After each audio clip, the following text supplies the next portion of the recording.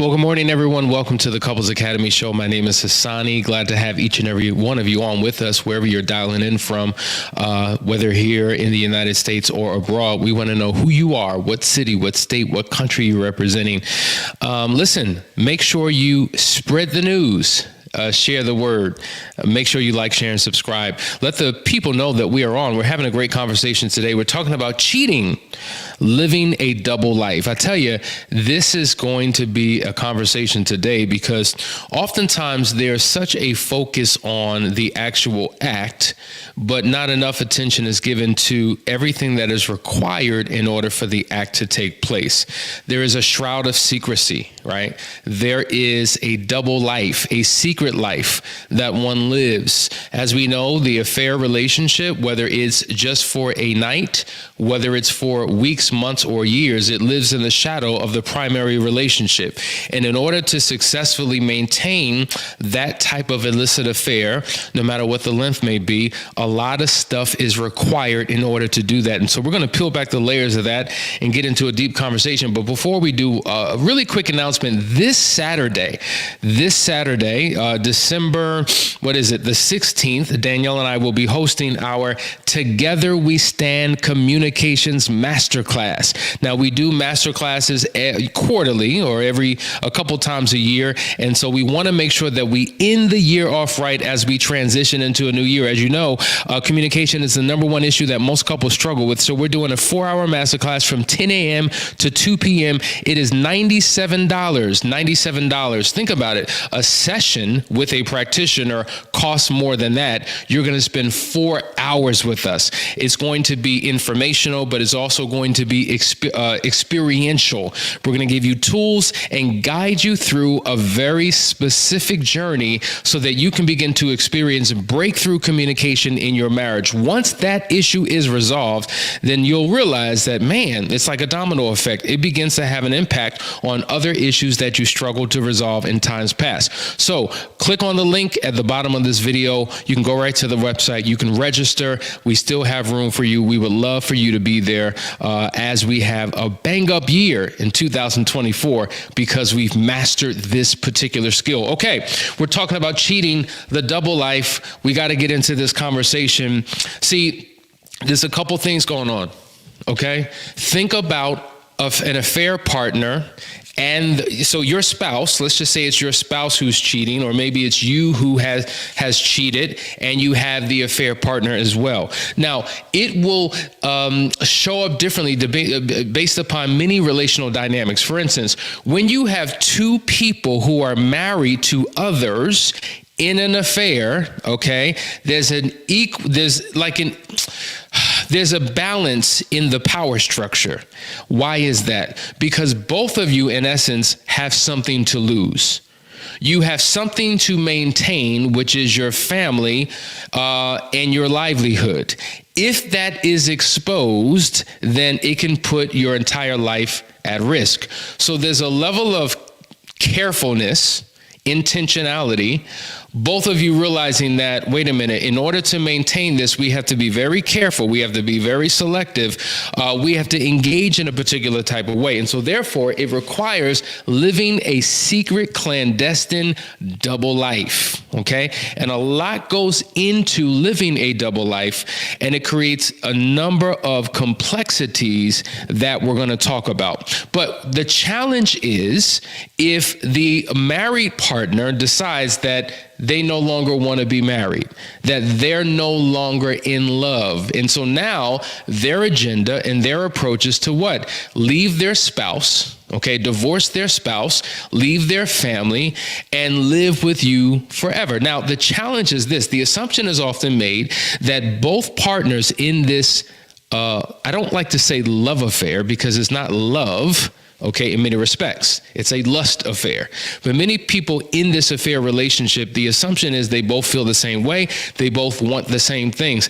And oftentimes that is not the case. One may desire something more than what the other desires. One may want a life with where one is willing to maintain this as a natural part of their existing life, never to interfere with what they have at home. And so now a threat is posed. right? So now that I want to leave my spouse, now there's an alarm, there's a panic. Well, we need to slow this thing down. We need to talk about this. This is what we really want to do. Let's not be stupid. Let's not be rash. Let's not break up and destroy what we've established. So now that one wants to leave their spouse, there's the threat, the overwhelming threat that maybe one day this whole thing will just blow up. Maybe one day my spouse will discover it, because we're not both willing to do the same things to maintain the secret that we've been living in for quite some time. And so the double life that we've been living, all of a sudden, it begins to fall right in front of our eyes. And that's how exposure typically takes place. Now, we've seen this time and time again. When someone wants more than what the other wants, they will go to all measures and all costs to get what it is that they ultimately want. And we've seen affair partners reach out to spouses and expose their spouse for being in the affair in the first place, because what they're trying to do is shift from second position into first position. And guess what? I'm going to make sure that I get what I want. And so because you've told me you love me, because you told me you would, if you could, spend the rest of your life with me, but you're just locked down in this marriage, I'm going to ensure that your marriage blows up. So I'm going to reach out to your spouse. I'm going to send them a letter. I'm going to send them an email. We're going to have a conversation, and I'm going to tell your spouse about everything that you've been doing so that your spouse decides to leave you so that you can be mine. So you see how this happens? This happens oftentimes, and 9 times out of 10, it doesn't work in favor of the one who's trying to destroy the marriage, because even in the midst of the crisis, there's a desire for the betrayed spouse and the unfaithful partner to remain in that marriage and to maintain that family. We see it all the time. And so therefore, attempting to do these types of things only brings more hell and havoc on all parties involved. This is why we should be avoiding these type of behaviors in the first place. But the nature of the married affair partners is different than when a married partner is partnered with a single individual. Because the single individual who's involved with a married man or woman, they are longing for more time, longing for more attention, longing for more experiences, but they fall in line to the priority of the spouse and the children. And so it's a different type of dynamic, which requires a whole lot more careful attention to what's actually taking place. So not only are you managing when you come together, how you come together, you have to manage the emotions and the expectations of that other partner. See, it's a double life that we're living. So it's more than just the sex. It's more than just the physical encounter. It's all of the things that are associated with maintaining this lie for so long. Because at the end of the day, if I'm discovered, what do I lose? I've got a marriage. I've got a family. I've got a community of friends. I've got a church that I belong to. I've got a reputation. I've got a home. I've got finances and assets. I've got a future that I'm trying to protect. And so therefore, I have to live a very secret, clandestine life. Someone once asked the question, is it true that people who are engaged in affairs are liars? Well, of course, because the very nature of an affair is a lie. If you did not lie about being in an affair, you would be in an open marriage. You would have had the permission of your spouse because you would have already had this conversation. So either you would have forced your spouse into something that they didn't want in open marriage. You brought it up, you let them know, or you live a very secret life and you don't let them know, which is ultimately living the lie. So not only are you lying to your spouse because the affair is a lie, you are lying to your affair partner. What we find oftentimes is that the affair partner will exaggerate how bad the relationship at home really is. And if it's a long-term relationship, they have to lie, they have to exaggerate, they have to give a false impression so that they keep their affair partner on the hook. Because if everything was so great, what are you doing with me? If everything's so great, why are we together? And oftentimes the affair partner becomes jealous of what's happening in the home of their affair partner. We have seen and had conversations with affair partners who literally get mad if the spouse engages in sex with their partner. How dare you cheat on me with your wife? How dare you cheat on me with your husband, right? Do you see the twisted psyche of what's happening in an affair. That's why they say the deeper you are into it, what happens is you begin to have a reprobate mind, because you begin to confuse right and wrong, good and bad, what makes sense, what doesn't. And so what happens is you get lost in your own crazy in the midst of this, and down the rabbit hole you go. And so these are the challenges that are taking place in these affairs, which create this shroud of secrecy that exists. So you're lying to your spouse, you're lying to the partner about how bad things are at home, and ultimately you're lying to yourself. Because you have to rationalize, you have to justify why you're doing what you're doing. And so there's this slippery slope that we go down mentally and intellectually, which encourages us to engage in a behavior that we know is destroying us. Now, here's the reality. Oftentimes, a moment of consciousness arises in the heart and mind of the person involved in the betrayal, where they begin to struggle within themselves as to whether they should stay or not. They're not quite ready to leave because they have the pleasures and the benefits that the affair offers. But there's a lot more ambiguity that they experience about being in the affair in the first place.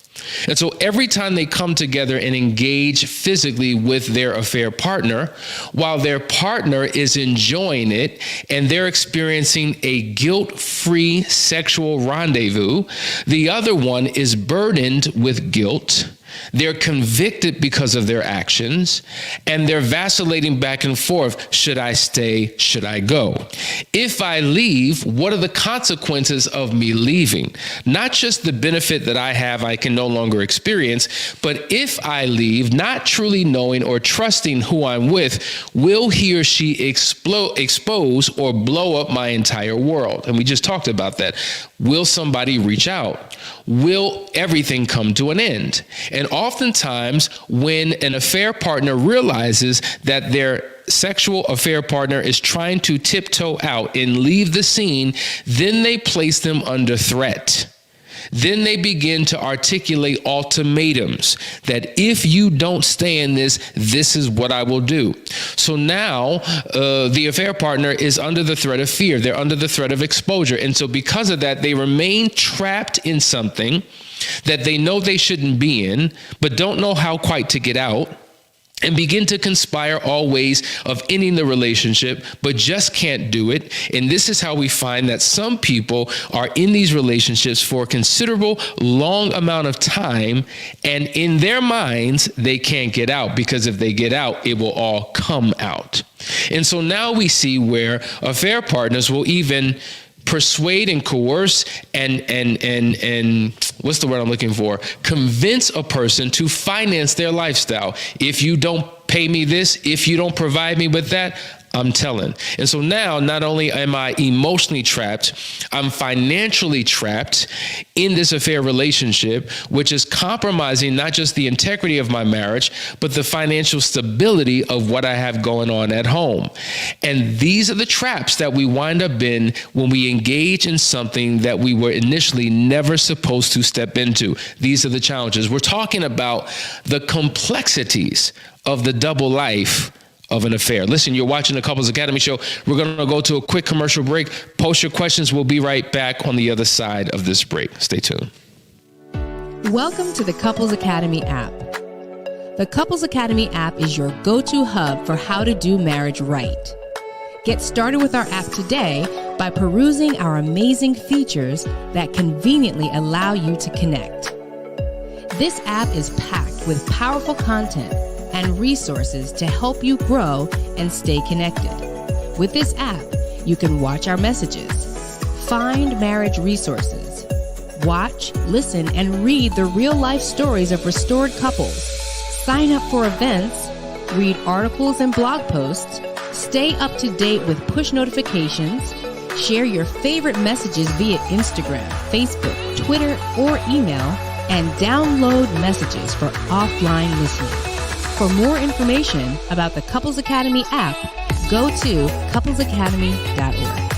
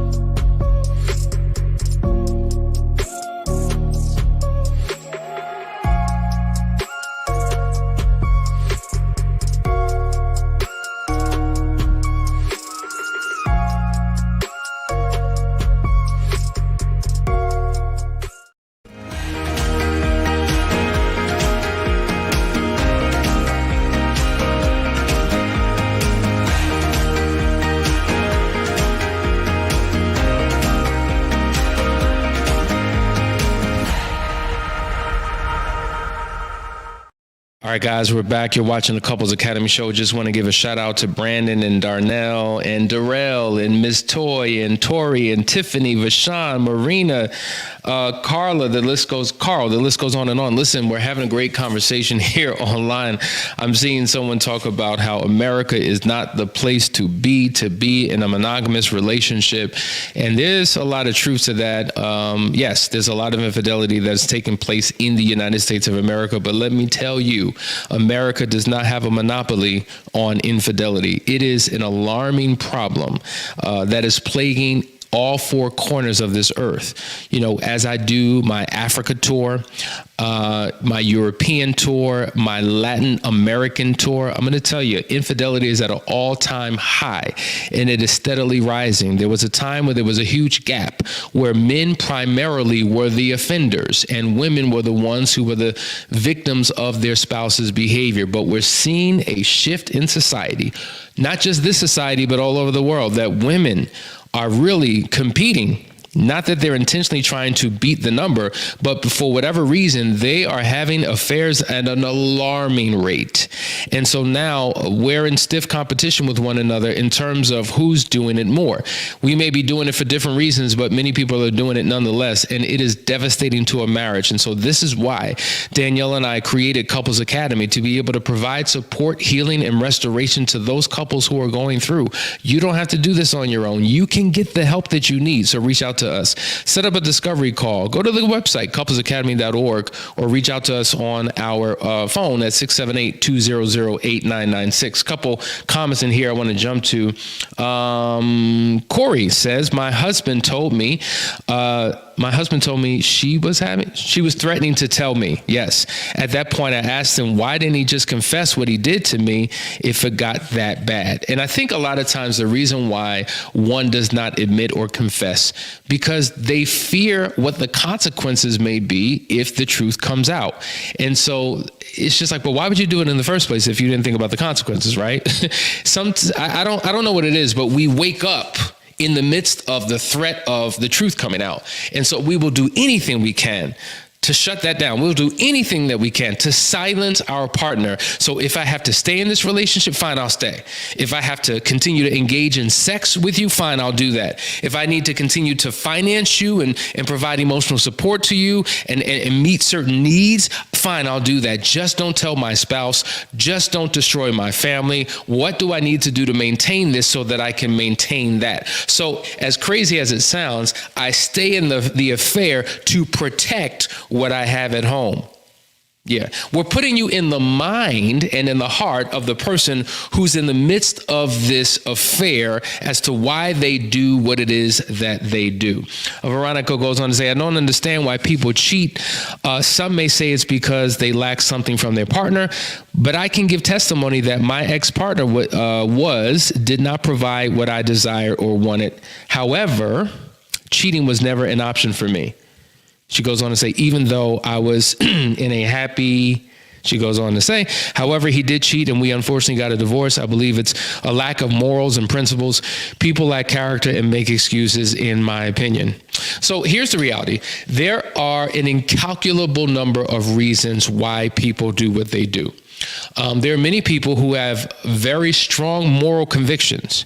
Many people who are very traditional in their beliefs, but yet will still throw away all of their morality, all of their ethics, all of their tradition when they get caught up in the throes of an affair. And so, yes, morality is one thing, but there's a number of other factors that are involved. And we've talked about this on previous shows, really beginning to understand the why. Why would you do such a thing? How could you do such a thing? This is not what I expected from you. You know, when we think about personality types, there are certain personality types that have been cheating all their lives. That's who they've always been. And now, because they're married, nothing's going to change. They're going to continue to do on the other side of I do what they did prior to I do. But then there are others who don't have a history of doing that.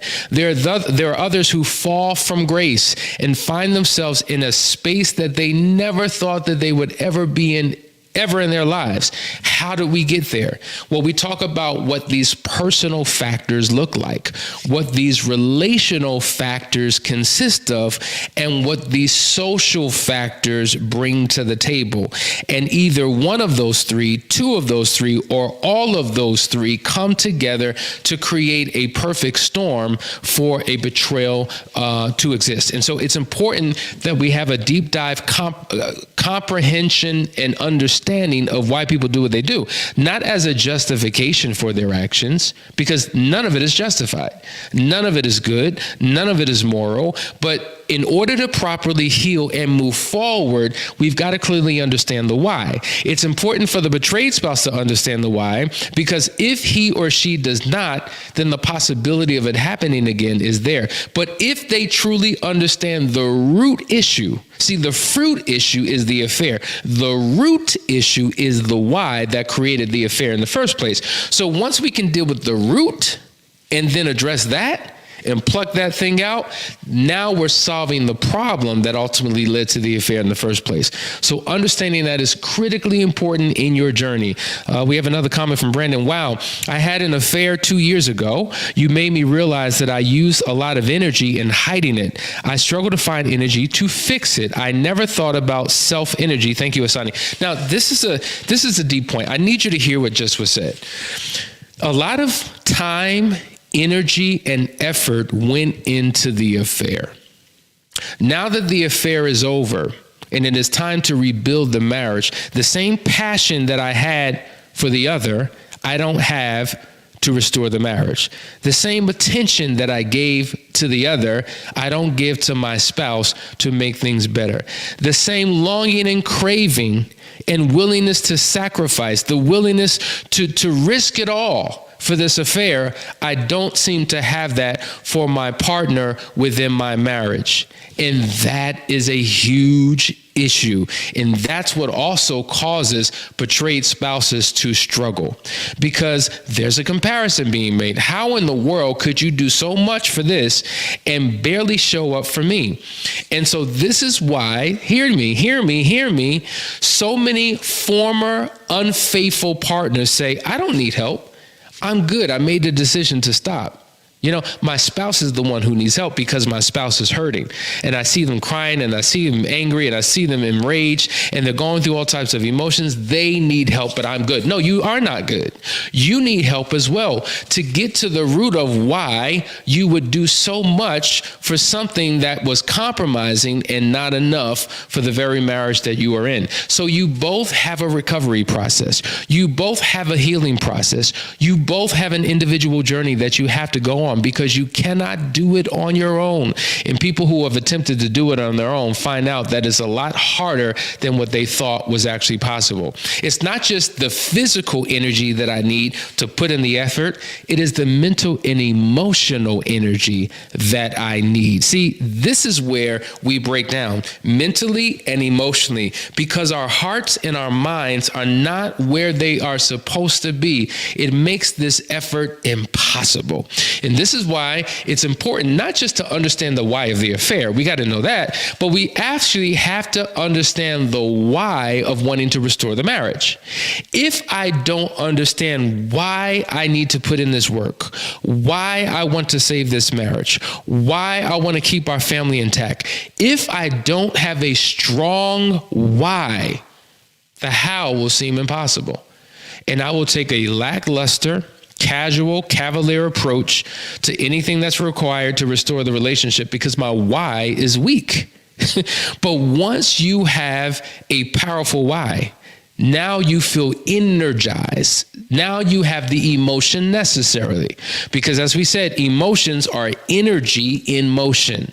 Once you have everything that you need within you to move things forward, you will double down, triple down on restoring the relationship. So the energy that you put into that affair doesn't even compare. The energy you put into your marriage is tenfold what you put into the affair, because you're anchored in a why that sustains you. All right, let's see what we got. Don says, your opening statement touched every bit of my spouse's situation. Oh man, the double life. Yeah, it's a real thing, guys. It's a real thing. And what I will say to you is this, that beyond the actual act itself, which was devastatingly painful, oftentimes what hurts the spouse even more is the level of intentional deception that one had to engage in order to protect that illicit act that you engaged in. The fact that you will go to such lengths to do this really begins to explain how deep this thing really was. Now, let me just say this. There are certain assumptions that are being made. The assumption that is made is that somehow I must be deeply in love with the affair partner, and I'm willing to risk my marriage and family for the affair partner. Now, let me tell you, while that may be the case, while there are many instances where a person is deeply in love with that affair partner and they struggle to see why they should stay in their marriage, oftentimes it really has nothing to do with the affair partner. The affair partner could be switched out for someone else. Sarah could be Julie. Bob could be Billy. Sometimes it's not about the person that I'm involved with. It's about something that I'm searching for within myself. And that someone else comes out of me when I'm with the affair partner. Maybe I'm looking to escape from my own reality based upon a number of different factors that we've unpacked in previous sessions regarding the dangerous partner profile. And that's the drive. That's the intention. That's the intensity that I engage in. And I'm willing to risk my entire life and blow my world up, not because of her or him, but something within myself that has been broken and has not properly been addressed. There are drives, there are longings, there are cravings within me, and this person helps to bring that craving out, you see? So this is why we have to go through a process to truly understand where a lot of this stuff comes from. Okay, do serial cheaters actually change? I feel once you do it over and over again, it's almost like they don't have a respect for themselves and bodies anymore, and it can oddly become normal to them. You know, that's a very good question. And conventional wisdom would say once a cheater, always a cheater. And people who literally have been with 5, 10, 15, 20 different men or women in illicit affairs, this is just who they are. But in my experience, and I've been doing this for 15 years, interestingly enough, there are many of them that never go back to that lifestyle. We have so many examples that I can point to, people I can introduce you to that used to be that guy, that used to be that woman, and they are no longer such because they went through a legitimate transformation process. So I'm not selling you hope. I'm not a hope dealer. You know, what I'm sharing with you is the fact of the matter. And the fact of the matter is I personally know and have helped guide people through a process to help them to become the best versions of themselves. And the things that they used to do, they are now disgusted by. The tastes and the cravings that they used to have, they no longer have. They can't even stomach the idea of it. They are truly changed and transformed. And their spouse and their accountabilities will attest to it. So it is possible. All right, man, the questions are coming in. I know I'm not giving another pass. I'll rebuild it this time, but if it were, where's my mind at? I can't even read. I'll rebuild it this time, but if it were to ever surface again, I'm out. I got you. I understand that. Another question. To live a double life, to live a double life, can it be some of mental illness as well as I don't know if I feel because it's so common, it's normalized, but it is not normal in my opinion. I mean, to live a double life, are you saying is a mental illness one of the factors that can cause a person to do so? Sure, there's many factors that causes a person to do so. One could be mental illness. One could be, a midlife crisis, right? I'm in this space where I'm not sure who I want to be, what I want to do, what I want to hold on to. I'm going through an identity crisis, a value shift. Some are desperate and craving and longing for something that they don't have in their relationship. Some people have everything that they could ever desire desire, but there's something broken within them that causes them to continue to do what they do. Some of them struggle from pursuit patterns, right? So in my marriage, I know my spouse wants me, but I've always wondered, man, am I still attractive? Am I still a catch? And I didn't pursue her. She pursued me, and I fell, right? I was weak to the pursuit and didn't know how to handle it, and found myself in a situation that I didn't anticipate. There's an incalculable number of reasons why people do what they do. So it's not so cut and dry. We can't point to just one thing. There's so many things that we need to consider. And what caused you to fall is different than what may have caused someone else to fall. And so you can't take somebody else's reason and attach it to your own, because if we do that, we're not really addressing the problem, and the problem can continue to persist. That's why we have to dig in deep and understand your personal complexities, your personal situation, so that we can come up with a game plan to help you heal, deliver, become a different person, and build a wall of protection around yourself and around your marriage to prevent it from ever happening again. I uncovered the affair last year and confronted my spouse. She lied, gaslighted, denied, and dismissed the allegations for a year.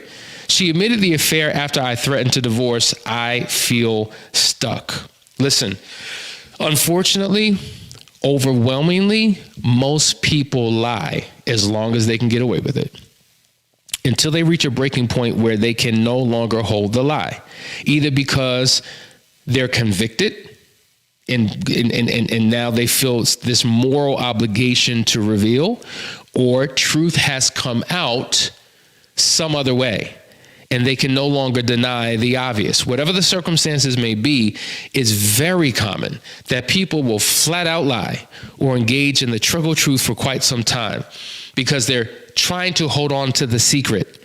They're trying to maintain their lifestyle. Most people who cheat, they're not cheating because they want to leave. If they wanted to leave, they wouldn't have to cheat. They would leave. Many people who cheat want to stay. But because of their selfishness or their brokenness, or because of whatever they're going through in that season of their life, they want the best of both worlds, right? So they want the security and the stability and the lifestyle associated with the marriage, their community, their reputation, all of those different things. But they want the passion and the intensity associated with the affair. And that has been lost in the marriage. And so once it's lost, the thought is it can never come back. And so because I'm not getting what we initially had in this committed long-term relationship, I've got to now go out and pursue it in someone else. So now I have the best of both these worlds, okay? I've got my mistress, I've got my man. I've got I don't know what the male version of mistress is, my man on the side. I've got my husband, my wife, whatever it is. These are the things that people do, and they will maintain this lifestyle as long as they possibly can, even when the affair is over. The affair may have been over 5-6 years ago. We have people who contact us and say, listen, I just found out my spouse had an affair 6 years ago, and somehow it came out. And so, boom, they will deny. The affair's over. They're not trying to maintain that, but they're trying to maintain the relationship as it is, because once the truth comes out, it can be a devastating blow to the relationship. And now we have to pick up the pieces and figure out, are we capable of moving forward and restoring it? So you don't have to be stuck, my friend. You will remain stuck if you don't get some type of help from someone who can guide you, your spouse, and the collective you through a journey that will lead to your healing. I don't subscribe to the once a cheater, always a cheater. Very good, because I don't either. I do believe people can change if they desire it and work towards it. I do too. Last comment before we go, Antonio. My partner has been so in-depth and thoughtful about her grievances towards me, but is very simple and surface about her affair and or any grievances about the affair partner. Why? It's a great question. It's a great question. So, listen, one thing I know, and I can't speak for everybody's situation, but most people who have had an affair, deep down inside, they struggle with guilt and shame. They struggle with it. And because of that struggle of guilt and shame, the conscious mind does not like to dig too deep and to look back on one's past, because it's forced to face its own reality of the hurt and the harm that was done. And so there is a tendency to oversimplify. There's a tendency to minimize. There's a tendency to choose not to acknowledge or to think about such things that one has done in one's past because they don't want to be reminded of it. They don't want to be held hostage to it. They don't want to live in judgment to it. And oftentimes when having these conversations, a spouse can hold them hostage to their past and can judge them and can make them feel some type of way. And so this is why it's so critically important to create a safe environment for certain conversations without consequence. And this is why it's important for a person to continue to get their own individual help, because layers of truth do come out. Layers of healing. Healing is a process. It's a journey. And so there's a deeper dive that we can all go to. And so once we're able to deal with the reality of what has happened in an authentic, genuine way and not still be negatively impacted by it, that is a sign of true healing. Man, these questions keep coming in. All right. Mine flat out lied with proof pictures and messages, no accountability. That's the most aggravating people. This is like a bunch of sentences put together. Aggravating people lie at even when they are caught in the act, and it's crazy. It's true. There are certain people who will deny the fact. I am in the bed, naked, under the covers with my affair partner, but nobody's here. What are you talking about? There's not somebody in the bed lying next to me. You're crazy. See, that's gaslighting at its best. So even with evidence and proof, I got technology telling me. I got receipts. I have eyewitnesses. I have signed confessions. I had a conversation with the affair partner, but it's a lie and none of it's true. And so you are literally going crazy because they will not admit or acknowledge what has been done, which makes the process that much harder. Good morning from Melbourne. Mine still won't acknowledge any of his infidelities. This is trigger season for me. This is why we need to get some help, because if you're deciding to remain together and there's still no admittance, there's no acknowledgement, there's no transparency as it relates to the betrayal, and it's having a significant impact on your marriage, then we got to be willing to do something different. And sometimes it takes the right individual or the right circumstances for those truths to come out, and I would encourage you to do so. Listen, guys, man. Okay, two more, guys. Two more. Wow. And that's the big one to move forward. You must acknowledge your actions first, then work towards healing and restoration. Very true. I discovered my husband had an affair about 1.5 years ago, and he will not confess that he had sex with the woman or been in her house, but said she was giving him oral sex in his truck in her. Okay. So yeah, this is why full disclosure is critically important for the truth to come out. Because you know what, even though I was not there, I wasn't there with you when you were with her, something in my spirit, my discernment, something just doesn't add up. This math is not mathing. And so this is why we have to get to the truth. And this is why certain people can't let things go, because it's just not making sense. You keep oversimplifying. There are gaps in the timeline that are missing. There are details that aren't clear. Your story keeps shifting and changing. And so until I feel like I've gotten the full story, we're going to be trapped and stuck in this space for quite some time, which will bleed into our relationship and affect other areas of our togetherness. And so this is why I feel like a broken record when I say it. Listen, Couples Academy isn't the only way. There are many people out there who are qualified to guide you through a process. Of course, I would want you to come with that. You know what's crazy? Literally, people watch us for years and then go other places and it doesn't work, and they eventually come to us. I'm like, well, why did you wait so long? Why didn't you just come from the beginning? Well, we wanted to, try somebody local, and then, we had certain people in our lives, and, my personal psychologist became our marriage counselor, not qualified. And so we go through all these other channels trying to get to the solution, when all you need to do is come on in. All you need to do is pick up the phone and dial, let us help you. That is what we're here for. We have a team of practitioners who do an amazing job working with couples to bring healing and restoration to your marriage. You don't have to go nowhere. You can stay right here and get what it is that you need. Listen, guys, we're going to wrap up. We're going to continue this conversation about infidelity and the devastating impact and blow that it can have on a marriage tomorrow. But in the meantime, have a conversation with your spouse. Watch this together. Let it engage you in some dialogue that can bring about clarity and closure and healing. Talk about next steps. Reach out to us. We would love to work with you. But until then, have a great day. We love you all, and we will see you on tomorrow.